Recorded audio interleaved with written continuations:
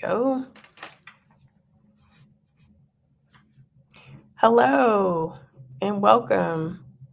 Welcome to my YouTube channel as haven't done YouTube in probably 4 or 5 years. Well, maybe less than that, but my name is Sharika Jackson.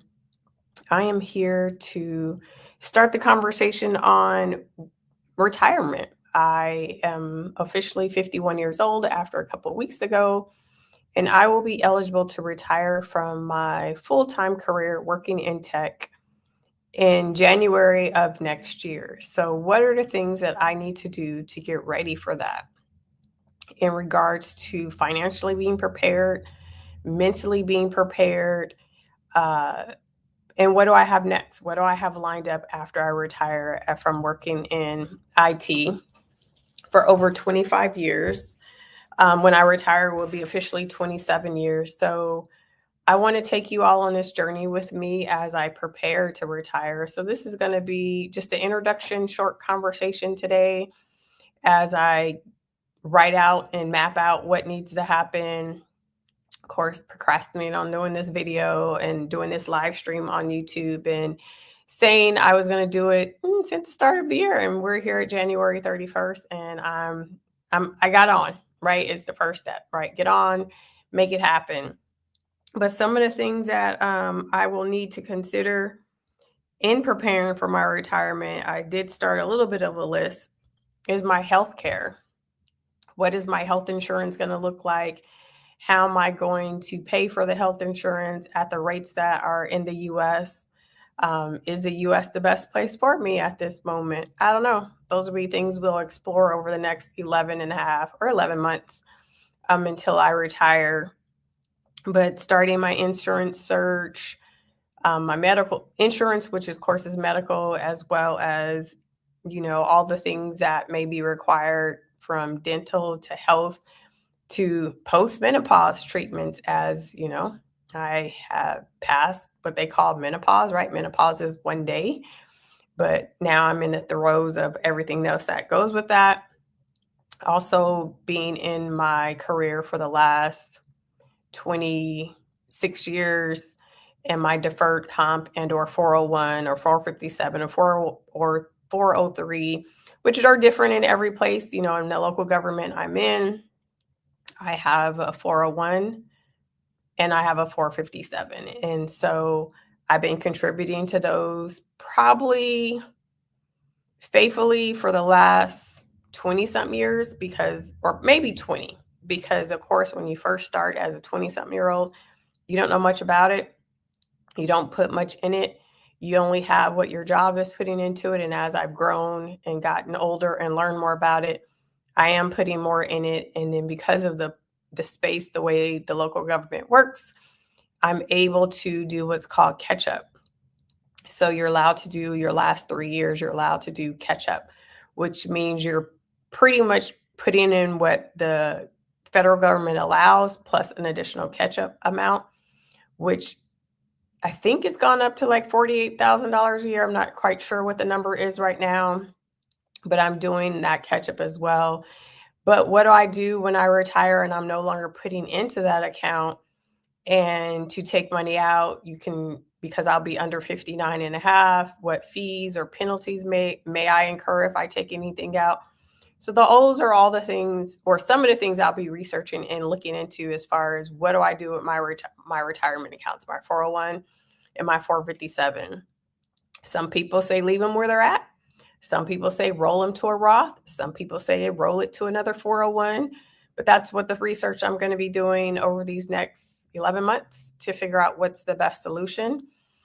Because I'm not a risk taker, right? And so I don't need the money out of those accounts right away because I will retire with a full pension. So that's the blessing that comes from working in local government, is I will have a full pension. But I also have been preparing for this retirement since COVID 2020. So I've also been making sure that things have been paid off, debt has been removed, and just aligning myself so that I'm able to live on my pension and not necessarily what is coming out of my 457 or 401 or any of those accounts. But what strategies do I need to put in play or look at long term, right? Because I will be 52 when I retire, which in America is considered young, but when you're working and have to deal with some of the things us women in tech have to deal with, it's actually a very long time. So I will be diving into these various conversations regarding that. Having someone, having parents and we become their caretaker. So I do have to look into that and what does that look like. My dream, of course, would be to live somewhere on an island and just be on the beach all day. Is that realistic? Some say yes, some say no.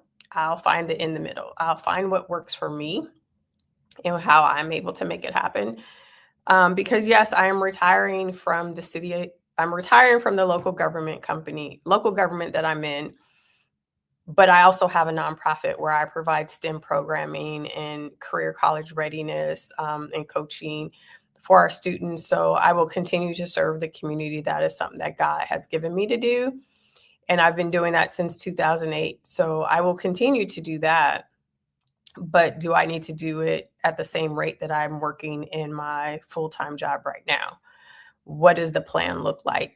Right now, I don't do a lot of programming in the summer. I like to take the summer off. So once I retire, will I go bop around on the beach for 3 months? I don't know.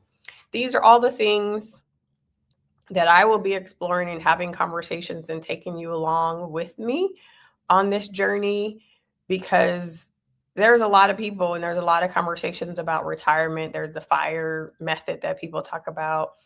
There's living off your pension completely only. There's living off your 401 only. There's getting side hustles. There's a lot of different ways, and my way is not the only way, but I will discuss it from the lens of what works for me and what works for my family and those that are relying on me for various things. But it will be a journey. It'll be some decisions I have to make, some strategies that I learned over the years that I think have gotten me to this place to be able to be like, oh, I can retire comfortably and not feel stressed out. As I am a planner. And so my first strategies of planning started in 2008 when the financial crisis happened, because I was of that generation that went to college where we got a lot of credit card debt and had a lot of student loans. And in 2008, when the financial crisis happened and there was the conversation at my job of me being demoted or losing my salary, I made a decision and was like, okay, what's going to happen? Because I was going on trips and I was always out of town or out of the country. And a lot of it was being put on my credit cards. And so I made a deal with myself. How do I get out of debt? If I lose this particular salary that I have, how can I survive? So I was very intentional on making sure that that didn't happen. And so I made a bet. I'm good at betting myself. So I made a bet with myself to get out of debt, pay off my student loan that my mom had, pay off my student loan that I had. And the bet that I had was not to take any of those student loans or any of that debt into my 40s. And I beat it by, I think I finished in April, the year before I turned 40. So very intentional with that. And so same type of strategy I'm taking into this year as preparing for retirement, where no unnecessary buying, no unnecessary shopping, no buying clothes or buying jewelry or buying unnecessary things that I don't really need just because I can, to make sure that things are paid off, financial situations are in line, and just to make sure that I'm ready and able to. So if something was to happen, which I don't believe anything would happen, but that I have a financial plan in play that I would be able to afford insurance or an incident or anything that would happen if with not having 100% of my salary.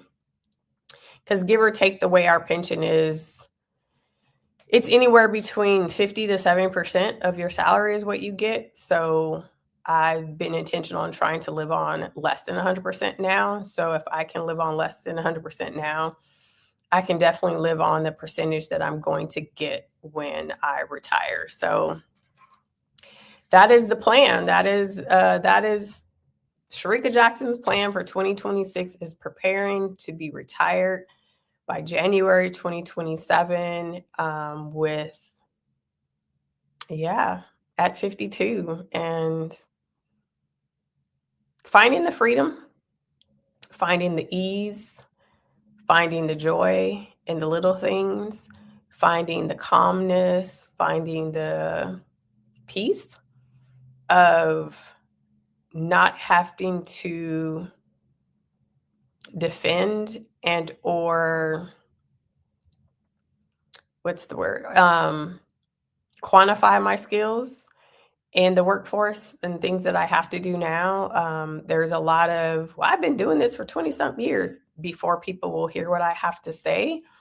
So it will be exciting not to have to live that life of quantifying my skill sets or quantifying my abilities and things that I've been doing for the last 25 years, over 25 years in this tech space, but also being able to help and equip the next generation of young individuals that may go into tech or go into engineering or go into all these non-traditional careers that women of color or people of color are not in. Is it hard to be in them? Yes. Do I appreciate being in it? Yes, because it's given me a stamina, but it's also given me opportunities that I wouldn't otherwise have had as far as financially, as far as the salaries that I've been able to make. Do I think we still need to be in these spaces? Yes, absolutely. Because if not, we will continue to have technology that is not built for us or by us, and we're not included in it. And through these conversations, I may talk about the various scenarios of examples of where I've seen it's failed us, right? Where if because we haven't been in the space, the technology didn't work well for us, or they've had to redo it. And so why we should be in these spaces and these conversations, even though it's very challenging to be in these spaces and conversations, but what opportunities can you get out of that? And so one of the things I haven't decided if I'm going to do or not is if I'm going to put these conversations on my podcast that I've not recorded on in 2 or 3 years, but I have a podcast called How Technology Changed My Life. And I look at it from the good side of technology, like the positive things and the positive experiences that I've had by working in technology, from the trip to Germany or to Italy or all the places I've been able to travel or the spaces and the people I've been able to meet because I've worked in technology in the salary that it has afforded me. So it's not all bad, right? Technology is not all bad. The spaces are not all bad. I wouldn't say out of the 26 years I've been in local government, I will say the struggle really got harder once I became a supervisor. Once I got into that space of having a voice and not just the helper anymore. So as the help, right? As the help, it's all great. She's great. She's wonderful. But now I'm in this space of I'm the help, but I'm also the one telling you yes or no about a particular product. That's when the challenges started for me in the tech spaces. Once I was put in an authority to make a decision, they couldn't handle you, girl. They couldn't handle the little chocolate girl saying no to this software, no to this hardware. And that's where all the challenges came into play. So we may explore a little bit of that. I may just put that, I don't know. Like I said, I jumped on here because I wanted to do it, right? I've been putting it off. I wanted to do it on my birthday, which was January 15th. That did not happen. So we're at January 31st. But it's going to be a slow progression. We're going to move through it.